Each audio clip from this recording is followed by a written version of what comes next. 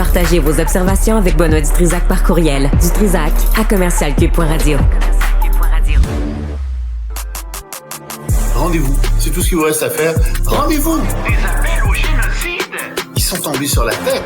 Vous n'aurez pas mon 100 millions de dollars. Cruel, horrible, inhumain. Qu'est-ce que c'est que ça? Un politologue pas comme les autres. Loïc Tassé. Wow, on est en avance. Loïc, C'est merveilleux. je scrape Bonjour, pas ton Benoît. dîner pour une fois. Salut. Je vais parler plus longtemps cette fois-ci, Oui, c'est ça? fais-toi plaisir. Est-ce que c'est vrai que tu attends une livraison de restaurant chinois?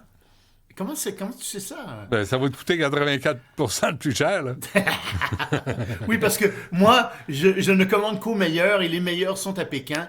Exactement. Ou au Sichuan. C'est des vrais mets sichuanais, des vrais mets chinois. Voilà ce que je commande. T'en as goûté, toi. T'en as mangé des vrais. Oui, c'est vrai. C'était bon. C'était bon?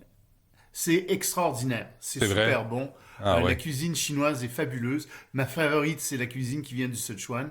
Mais ça, c'est autre chose. Moi, je t'entendais parler avec Alexandre, puis on dit hey, Ouais. c'est terrible, les tarifs, la Chine, etc. Puis moi aussi, je me suis dit ça. On écoute ça, puis on entend ça, puis on se dit c'est épouvantable. Puis à un moment donné, je me suis gratté la tête. Je me suis dit oui, mais de combien de chiffres on parle? On parle de quoi exactement? Puis quand on regarde les chiffres, ben on s'aperçoit que c'est peut-être moins grave que ce qu'on dit. Ça reste quand même important, là. Ça a un impact. Mais je crois que les médias, les commentateurs ont un peu amplifié tout ça. Puis il faut dire que la façon dont ça a été présenté par Trump, très brouillonne, etc., ça amplifie l'effet des tarifs. Mais regarde bien, quand je te dis, c'est pas tant que ça, OK? Les exportations, c'est 11% de l'économie américaine et les importations, 16%. Donc, au total, ça concerne, là, ce dont on parle, 27% de l'économie américaine. C'est bien clair que les États-Unis vont pas cesser de tout exporter ou cesser de tout importer. Donc, on parle finalement d'une portion de l'économie américaine qui est peut-être de 12-15%. Pour les Chinois, c'est 11%, les exportations, c'est 11% de l'économie chinoise, puis les importations, 10%. Oui, mais là-dedans, tu sais, que représente le commerce de la Chine et des États-Unis, qui sont les deux grands protagonistes, on s'entend. En parité de pouvoir d'achat, la Chine, c'est 35% de l'économie mondiale, les États-Unis, 15% de l'économie mondiale, donc on parle de la moitié de l'économie mondiale. Oui, mais encore une fois, les exportations des États-Unis vers la Chine, ça représente quoi? Ben, ça représente juste 8% des exportations des États-Unis, soit 1% du PNB des États-Unis. Puis les importations, les importations des États-Unis, les exportations de la Chine vers les États-Unis, c'est ça. Ce que la Chine envoie aux États-Unis, c'est 13% des exportations de la Chine, donc 2% du PIB chinois. Tu vois que les chiffres sont en fait beaucoup plus petits. Puis si on regarde les importations de la Chine vers les États-Unis, des États-Unis, c'est 7% du total pour donc 2% des importations, 2% du PIB chinois. Puis les importations des États-Unis de la Chine, c'est 15% du total pour 2,5% du PIB. Donc, juste Chine et États-Unis, c'est autour de 3% chacun. Mais disons, le PIB chinois, là, 1, 2, 3%, en termes absolus, on parle de combien d'argent? Ben, le PIB chinois, ça dépend si tu le prends en parité de pouvoir d'achat. En parité de pouvoir d'achat, c'est 35 000 milliards de dollars. Si tu le prends en termes réels, ouais. C'est-à-dire au taux de change réel, on parle de 19 000 milliards de dollars, pratiquement 20 000 milliards de dollars maintenant.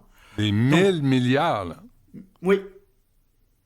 Oui, exactement. C'est de l'argent, ça gramouille. C'est beaucoup d'argent. Oui, mais ça affecte. Tu sais, je comprends ce que tu dis, mais en même temps, en chiffre absolu, c'est une vraie guerre commerciale, là.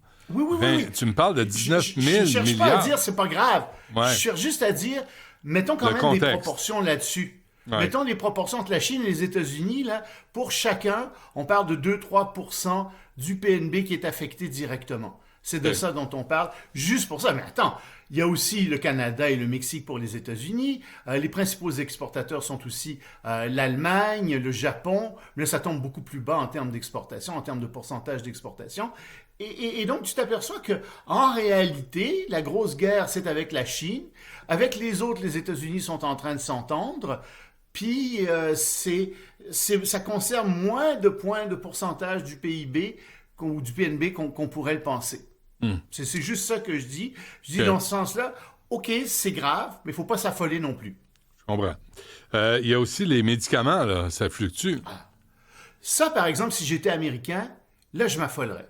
Parce que c'est beaucoup, beaucoup d'argent. Les États-Unis importent chaque année pour 213 milliards de dollars américains de médicaments, dont en particulier de la Chine et de l'Inde et de l'Europe. 127 milliards de l'Europe, 13 milliards de l'Inde, etc.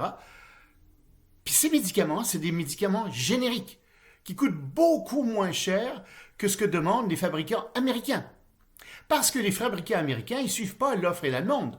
Puis ça, j'ai des confirmations de gens aux États-Unis qui avaient travaillé pour des entreprises qui faisaient ça comme boulot, c'est-à-dire essayer de trouver quel est le prix que les Américains peuvent cracher, quel est le prix le plus élevé qu'ils peuvent supporter. Ah oui. C'est ça, il y a des firmes qui travaillent là-dessus. Donc, le prix des médicaments aux États-Unis, là, ça n'a rien à voir avec ce que ça coûte, rien à voir avec la recherche, rien à voir avec l'offre et la demande. C'est juste jusqu'où est-ce que les Américains sont capables de payer pour leurs médicaments. Ah ouais, Ils extorquent au maximum les Américains. Alors, on va dire c'est fini.